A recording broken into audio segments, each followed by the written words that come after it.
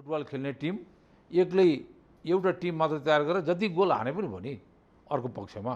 अब यस्तो एउटा छिमेकी जुन दुष्ट छिमेकी छ जसले कृत्य तरिकाले एउटा खोलालाई यो चाहिँ तिमीहरूको काली नदी हो है, योभन्दा पूर्वको भाग तिमीहरूको हो, योभन्दा पश्चिम चाहिँ तिमीहरूको होइन भनेर आफ्नो साँडे गोरुले एउटा मैदानमा ढलमल गरेर बसे जस्तो बसेको छ।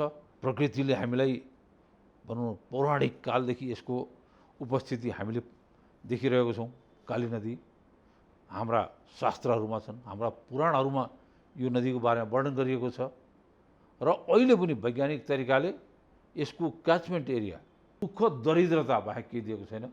भन्ने बेला चाहिँ समृद्ध नेपाल सुखी नेपाली भन्छ, वास्तविकतामा दरिद्र नेपाल भइसक्यो।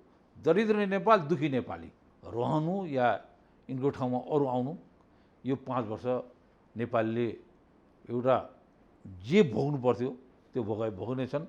चाहे यिनको सट्टामा आउने यस्तै अहिले जीर्ण स्वभाव देखाइरहेछन्, यही खालका स्वभाव देखाउनेहरू त्यो मुलुकको हित गर्न आउने होइनन्, आफ्नो हित गर्न, आफ्नो ग्रुपको हित गर्न, आफ्नो समूहको हित गर्नको लागि मात्रै यो खेल भएको।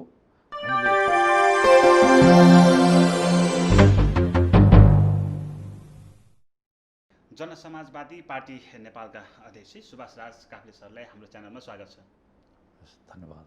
अब यो नेकपाको विवाद जो छ नि, अब यसले चाहिँ कस्तो रूप लिने देख्नुहुन्छ? यो त एउटा नाटक मञ्चन हो। यो नाटक बडो कृत्रिम नाटक हो।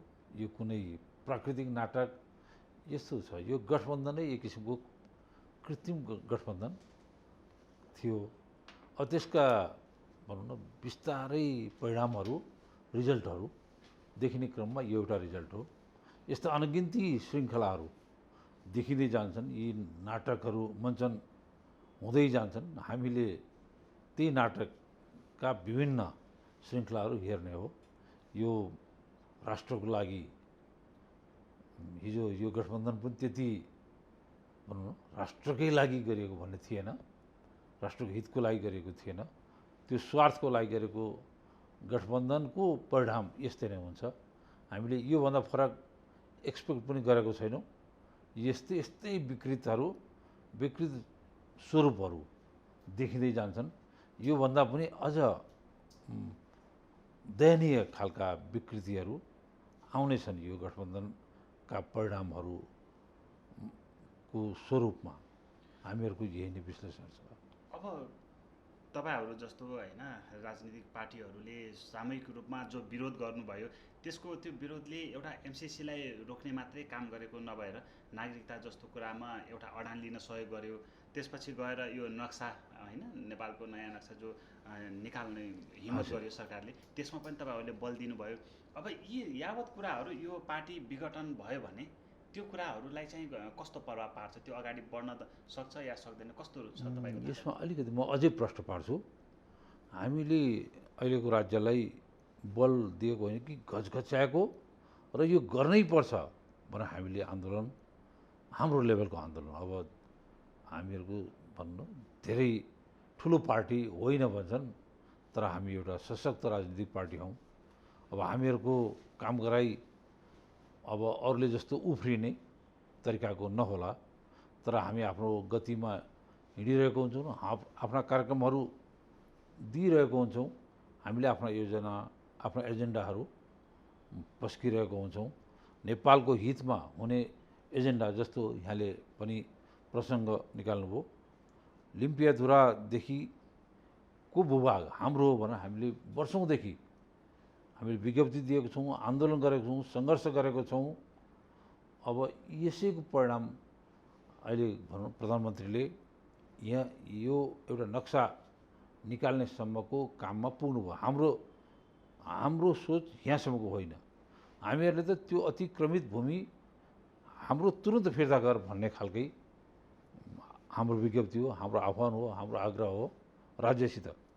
तर हामीले नै पछि के भन्यो भने एउटा आधार पनि बन्छ, नक्सासम्म कोरौँ, नक्सासम्म तयार गरौँ, त्यसपछि त्यो नक्साको आधारमा हाम्रा भूमि प्राप्त गर्ने, हाम्रो अतिक्रमित भूमिलाई फिर्ता ल्याउने भनौँ, फिर्ता पनि के ल्याउने, हाम्रो भूमि त्यहाँ छ, त्यहाँबाट भारतीय सेनालाई हटाउने, जसले अतिक्रमण गरेर सैनिक क्याम्प राखेको छ त्यो सैनिक क्याम्पलाई हटाउने, हाम्रो भूमि त त्यहीँको त्यहीँ हो, हाम्रो भूमिमा हामीले हकभोग गर्ने, त्यति मात्र।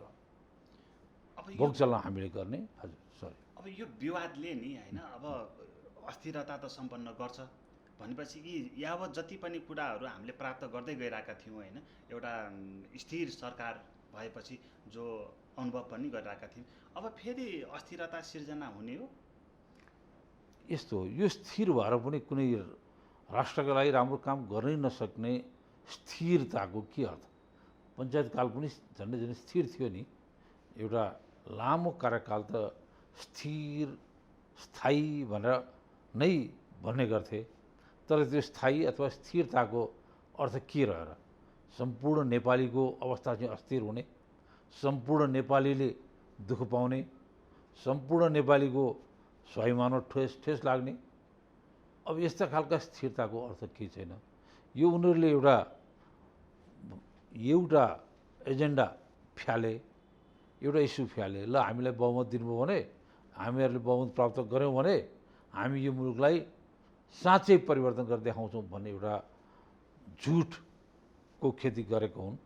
तर त्यो झुट त आज आएर परिणाम हामी सबैले देखिसक्यौँ, केही गर्ने क्षमता छैन।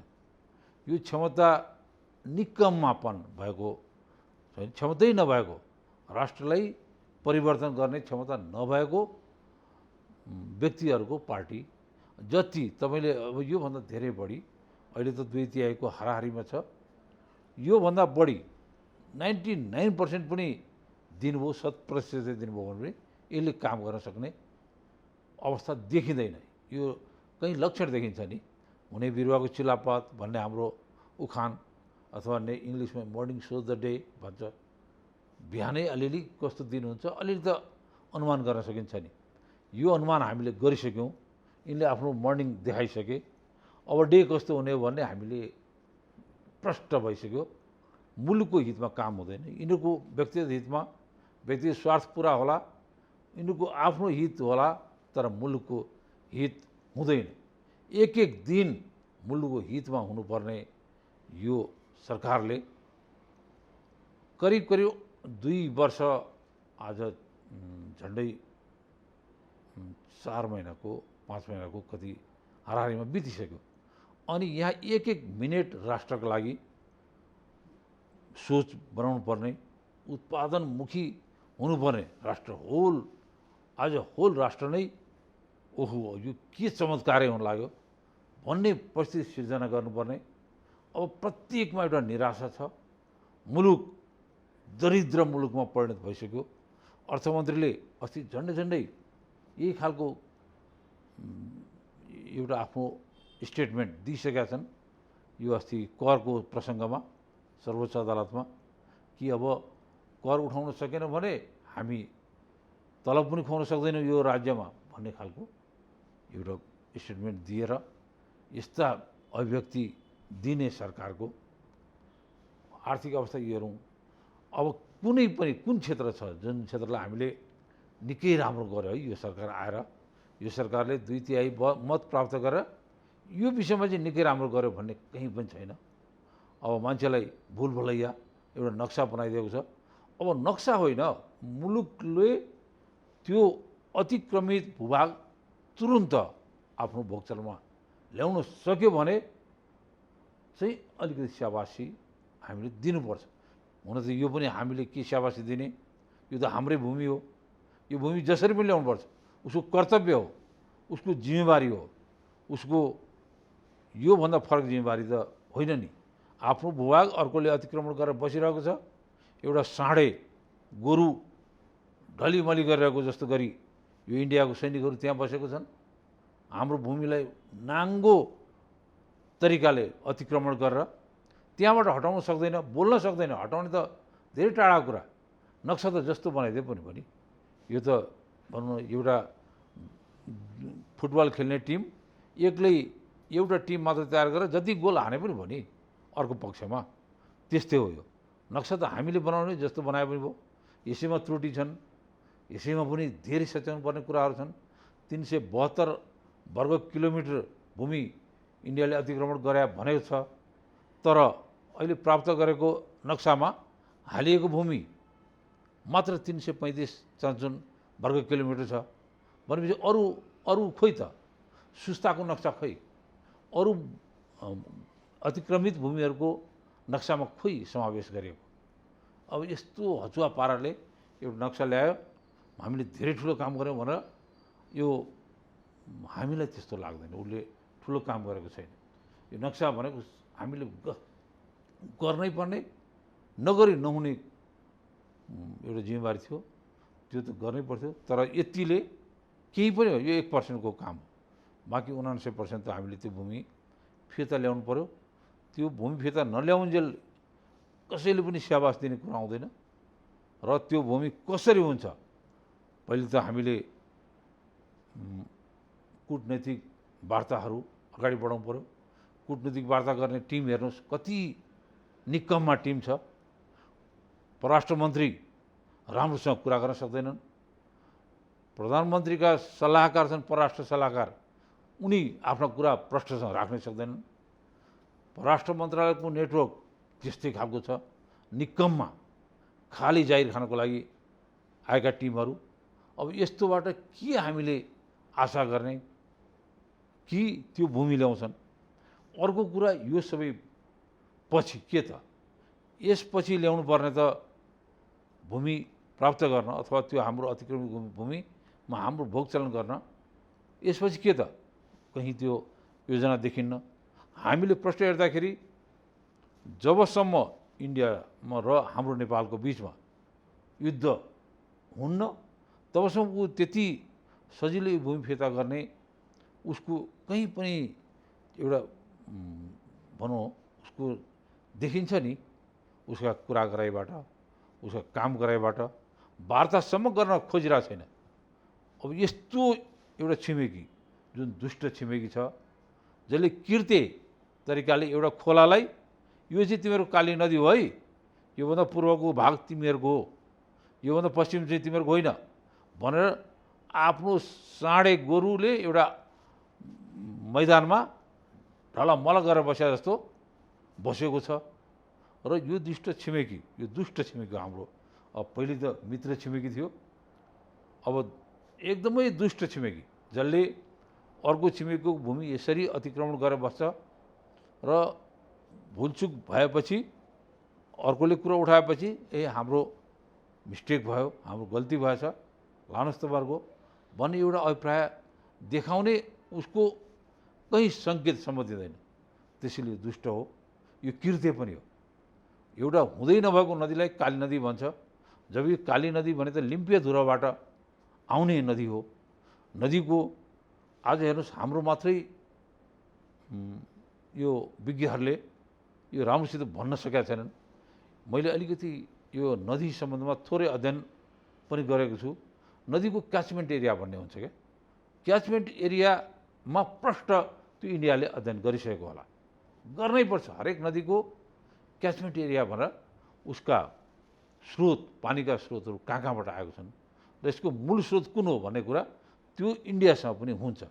अब त्यो क्याचमेन्ट एरिया तिम्रो के हो ल, यसको अध्ययन गरेको होला तिमीहरूले काली नदीको, त्यसको क्याचमेन्ट एरियाबाट हामी यसको फाइन्डिङ गरौँ न त भन्ने बित्तिकै तुरुन्तै पत्ता लाग्छ।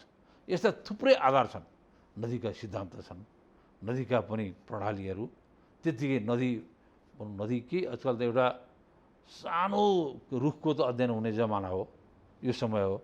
यति ठुलो नदी, यो प्रकृतिले हामीलाई भनौँ पौराणिक कालदेखि यसको उपस्थिति हामीले देखिरहेको छौँ।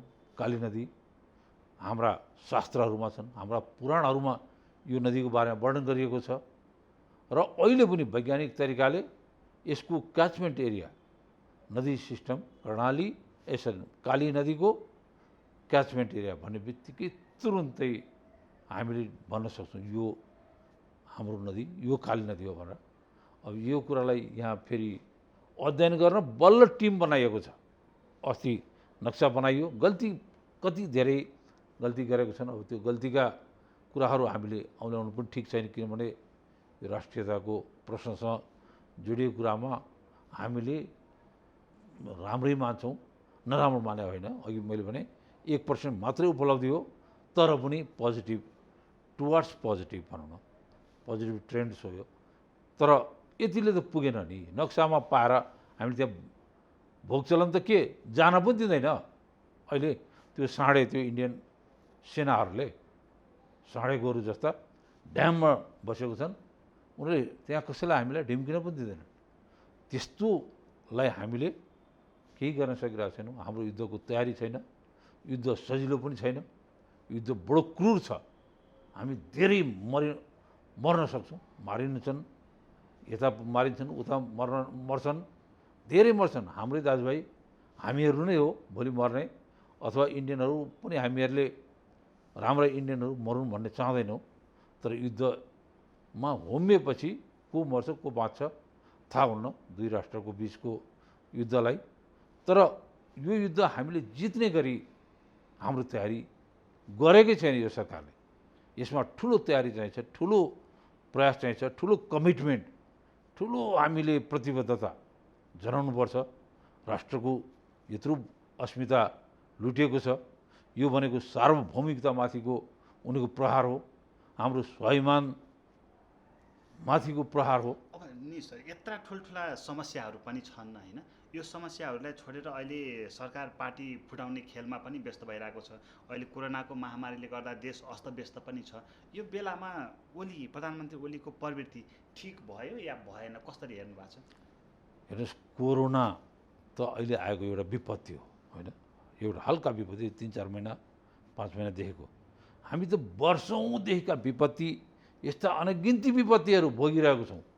यो कोरोनालाई बडो राम्रोसँग विश्लेषण गरेर यसको ट्रिटमेन्ट गर्ने, यसको रोकथाम गर्न खोजेको भए हामी कहाँ अहिले 1-2 जना चाहिँ अब भनौँ न भुलचुकले मर्थे पनि होला, तर क्वारेन्टाइनमै मर्ने स्थिति नेपालीहरूको, यो दुःखद मृत्यु हामी नेपालीले भोग्नु पर्दैन थियो।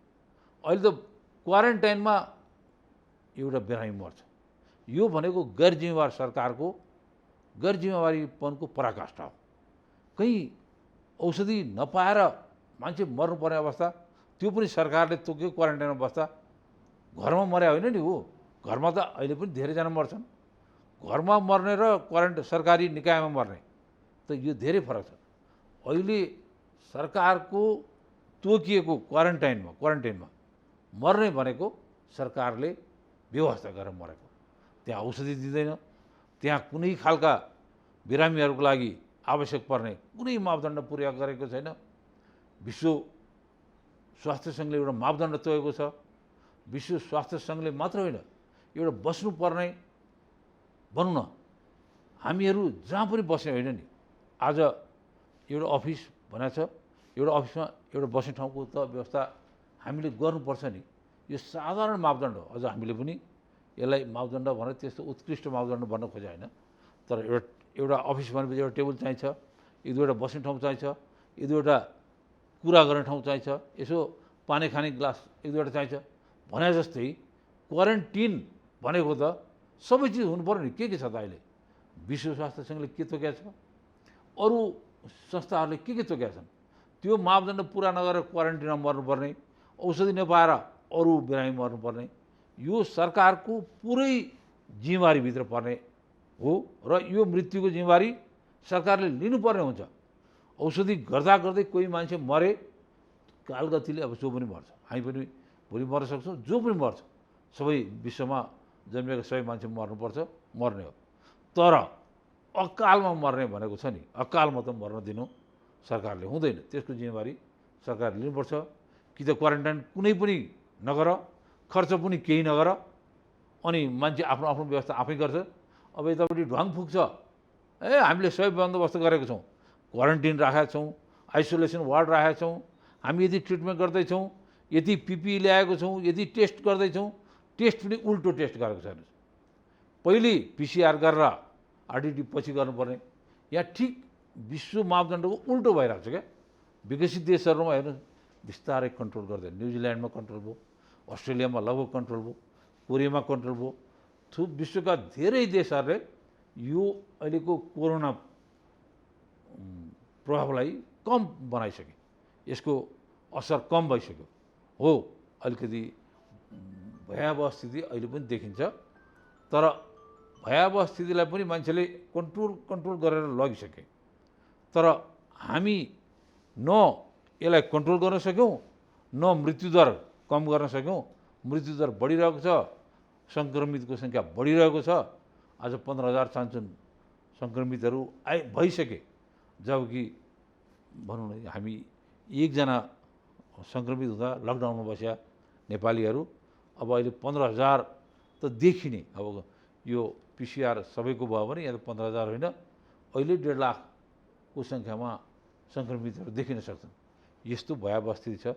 सरकार कहीँ पनि जिम्मेवारपूर्ण ढङ्गले काम गरिरहेको छैन। अब म एउटा जोडिहालेँ, जस्तो नेकपामा सरकारमा होइन, नेकपाको सरकारमा चाहिँ ओलीले राजीनामा दिँदा या नदिँदा सरकारमा चाहिँ अथवा देशलाई चाहिँ कस्तो प्रभाव पार्छ? साँच्चै भन्नुहुन्छ भने यो हामीलाई त कागलाई बेल पाक्यो हर्ष न विस्मत भन्ने एउटा उखान जस्तै हो। ओली रहनु र नरहनुको, आखिर ओली रहे पनि यस पार्टीका यस्तै खालका नेता आउने हुन् जसले केही काम गर्दैनन्, अझ केही बरु थप विकृति भित्राउलान्। ओली छँदा विकृति नभित्रेको भने होइन, यो पनि विकृति जन्य छ यो सरकार। योभन्दा अर्को आउने पनि यस्तै होला। यसबाट हामीले तात्विक फरक मुलुकले पाउँदैन, किनभने यसरी हामीले 2 वर्ष चान्चुन त देखिसक्यौँ। एक दिनको हिसाब किताब हुन्छ राष्ट्रको लागि। अघि नै मैले भने एक दिन यसको लागि चिन्तन मनन गरेर राष्ट्रलाई यसरी अगाडि बढाउँछु। आज विश्वका मुलुकहरू यसरी बढाएका छन्, म किन नबढ्ने भनेर चिन्तन मनन हुनु पऱ्यो। आज युरोप कसरी बढ्यो, अमेरिका कसरी अगाडि बढ्यो, उसले विकास कसरी गर्यो, यी दुबई लगायत यो भनौँ न यो मिडल इस्टका कन्ट्रिजहरू कसरी डेभलप भए, अरू विश्वका अनगिन्ती भूभागमा मुलुकहरूले आफ्ना नागरिकहरूलाई कति सुख सुविधा सम्पन्न नागरिकको रूपमा उनीहरूलाई भनौँ दिएका छन् सुख सुविधाहरू। हाम्रो मुलुकले हेर्नुहोस् दुःख दरिद्रता बाहेक केही दिएको छैन। भन्ने बेला चाहिँ समृद्ध नेपाल सुखी नेपाली भन्छ, वास्तविकतामा दरिद्र नेपाल भइसक्यो। दरिद्र नेपाल दुखी नेपाली, ठिक उल्टो।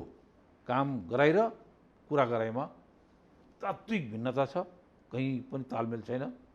त्यसैले यो रहनु या यिनको ठाउँमा अरू आउनु, यो 5 वर्ष नेपालीले एउटा जे भोग्नु पर्थ्यो त्यो भोग्नेछन्। चाहे यिनको सट्टामा आउने यस्तै अहिले जिन्न स्वभाव देखाइरहेछन्, यही खालका स्वभाव देखाउनेहरू त्यो मुलुकको हित गर्न आउने होइनन्। आफ्नो हित गर्न, आफ्नो ग्रुपको हित गर्न, आफ्नो समूहको हित गर्नको लागि मात्रै यो खेल भएको। हामीले यसलाई धेरै अन्तर देख्दैनौँ, किनभने मुलुकको हित गर्ने भए पो ओहो ल यिनी गए पनि अर्को चाहिँ मुलुकको हित गर्ने मान्छे आउने भयो भन्ने एउटा खुसी हुन्थ्यो, हामीलाई पनि आश लाग्दो अवस्था हुन्थ्यो। त्यो होइन, उनीहरूको व्यक्तिगत समूह, व्यक्तिगत स्वार्थ पुरा गर्न आउनेहरूको समूहलाई हामीले त्यति धेरै अर्थ राखेको छैन। अब अमेरिका र भारतको चाल हो यो सरकार नेकपा फुटाउने भनेर जो विश्लेषणहरू आइरहेको छ नि, यसमा सत्यता देख्नुहुन्छ तपाईँ चाहिँ? यो सब एउटा षड्यन्त्रपूर्ण प्रधानमन्त्रीको वक्तव्य हो। यदि हो भने प्रष्ट भन्नु पऱ्यो। नेपालीहरू त्योसँग जुझ्न तयार छन्। कुन चाहिँले यो हाम्रो सार्वभौमिकतामाथि होइन हस्तक्षेप गरिरहेछ। हाम्रो सरकारमाथि कसैको हस्तक्षेप हुनु भनेको यो नेपालीको स्वाभिमानमाथिको हस्तक्षेप हो, हाम्रो सार्वभौमिकतामाथिको हस्तक्षेप हो। प्रधानमन्त्री जस्तो मान्छे जे मन लाग्यो त्यो बोल्ने, जे एउटा हद भनौँ न, एउटा गैर जिम्मेवारीपनको पनि पराकाष्ठा हो। यो एकदमै गैर जिम्मेवारीपन निकालेको छन् प्रधानमन्त्रीले। यसरी बोल्नु भनेको यदि त्यो हो भने प्रष्ट आउनु पऱ्यो। यिनले प्रष्ट पार्नुपर्छ कसले गर्यो, कहाँ खेलिँदैछ, नत्र यसरी यो किसिमको बोली बोल्नु भनेको भनौँ यो नैतिकतामा पनि झर्नु हो, यो कूटनीति परिभाषामा पनि यो झर्नु हो, यो सिद्धिनु हो, यो पतन हुनु हो। त्यसैले यस्ता पतन हुने काम र नेपालीहरूलाई झुक्याउने काम यो सरकार प्रमुखको हैसियतले जुन गरेको छन्, यसमा म सत्यता देख्दिनँ। सत्यता छ भने प्रश्न देखाउन्। प्रत्येक नेपाली यिनको साथमा रहनेछन्, यो प्रधानमन्त्रीको साथमा रहनेछन् र हामी यस्ता खेल खेल्ने षड्यन्त्रकारीहरू को छन्, विदेशीहरू जो हुन्, नेपालीहरूले त्यसको विरुद्धमा आफ्ना जुनसुकै चुनौती पनि सामना गर्न तयार छन् नेपालीहरू। तर यस्ता गलत प्रचार प्रसार गरेर नेपालीहरूलाई झुक्याउने, भुलभुलैयामा राख्ने प्रधानमन्त्री जस्तो व्यक्तिको योभन्दा गैर जिम्मेवारीपन हुनै सक्दैन। यो आफू कसरी बच्ने, कसरी जोगिने भन्ने कुरामा नेपाल राष्ट्रलाई बदनाम गर्ने कुरा गर्न हुँदैन। यदि साँच्चै विदेशीहरूले खेलेको छन् भने प्रश्न पारुन्, 3 करोड नेपालीले साथ दिन्छन् यसलाई। अब म अन्तमा पनि छु होइन, यो अत्यास लाग्दो अवस्थामा अहिले जनताले आफ्नो दिनहरू काटिराख्नु परिरहेको छ होइन। अब यो अवस्थाबाट बाहिर निस्कनको लागि जनताले के गर्नुपर्छ, तपाईँको सुझाव चाहिँ के हुन्छ? अब नेपाली जनताले एउटा भनौँ न आफूलाई एउटा नराम्रो भुमरीमा जो हालिसकेका छन्, यो 5 वर्षको मत दिएर, यो 5 वर्षको मत भनेको यति नराम्रोसँग नेपालीहरूको खेर गएको छ। आउने पुस्ता नै यसबाट, हामीहरूको पुरानो पुस्ता त त्यसै दुःख पाएरै भनौँ जीवनयापन गर्ने शैलीमा अभ्यस्त भइसक्यौँ, बानी बसाइसक्यौँ। तर जुन अब आएको पुस्ता छ तिनीहरू पनि नराम्रो एउटा परिस्थितिमा पुग्ने खालको यो 5 वर्षले नेपाललाई त्यसरी त्यो भनौँ दुष्चक्रको भुमरीमा धकेलिसकेको छ। अब यो नेपालीहरूकै फेरि आफ्नो योगदान हो नि त। यस्तै चाहिने उहाँहरूलाई, सबै नेपालीलाई यही नेता चाहिने, यही पार्टी चाहिने। यिनीहरूले गर्छन् गर्दैनन्, मुलुकको लागि के गर्छन्, जनताको लागि के गर्छन्, अब आउने पुस्ताको लागि के गर्छन् थाहा छैन। अब भनौँ कहिले के भनेको छ, अर्को एमसिसीको कुरा अहिले यहाँले गर्नुभयो। एमसिसी भनेको नेपाललाई अब एउटा लामो समयसम्म पराधीन गर्ने एउटा दुष्चक्र हो। यसमा हेर्नुहोस्, अहिले नै इन्डियाको प्रभाव प्रष्ट रूपमा हाम्रो सार्वभौमिकतामाथि एमसिसी नेपाल र अमेरिका बिचमा हुँदैछ सम्झौता। त्यो सम्झौतालाई इन्डियाले इन्डोर्स गर्नुपर्ने, यो भनेको सिधै इन्डियाले हाम्रो सार्वभौमिकतामाथिको हस्तक्षेप गर्ने सम्झौतामा लेखिएको छ। घुमाएर प्रष्ट हेर्दा केही छैन, तर घुमाएर यसरी लेखेको छ कि मूल सम्झौतामा नलेखेर अनुसूचीमा गएर यो कुरा हालिएको छ। र अनुसूचीमा यसरी लेखिएको छ कि त्यो बाध्यात्मक छ, म्यान्डेटोरी, त्यो कुनै स्वैच्छिक होइन, इच्छा होइन, त्यो गर्नै पर्छ तब मात्रै यो लागू हुन्छ। यसरी हामीलाई हाम्रो स्वाभिमानमाथि, हाम्रो सार्वभौमिकतामाथि, हाम्रो स्वतन्त्रतामाथि यसरी खेल्न एउटा अवस्था सिर्जना गर्न खोजिएको छ। र यसमा नेपाली काङ्ग्रेस र अहिलेको यो भनौँ न नेकपा, यी दुईटैको ठुलो भूमिका छ। यो बाहेक अरू पनि राप्रपाले पनि यो पारित गर्नुपर्छ भनेर खेलिरहेको छ। र यो बाहेक सायद अरूले त्यति चाहेको जस्तो लाग्दैन। मुलुकलाई जसले माया गर्छ, एमसिसी जस्ता यी निकममा एग्रिमेन्ट, यो 55 अर्ब त के 55 खर्ब कसैले दिन्छु भने पनि यस्तो सम्झौतामा हाम्रो राष्ट्रले दस्तखत गर्नुहुन्न। यो दस्तखत गरेर नेपाललाई फेरि एउटा पराधीन एउटा मानसिकता राखेर पराधीनता बेहोर्नु पर्ने गरी सम्झौता गर्न दिनुहुन्न। हाम्रो यही छ भनाइ। हस्, आफ्नो महत्त्वपूर्ण समय र विचार राखिदिनु त्यसको लागि सुभाष राज काफ्ले सरलाई धेरै धेरै धन्यवाद। यहाँलाई पनि मेरो आफ्नो कुरा केही राख्न पाएँ, धेरै धन्यवाद।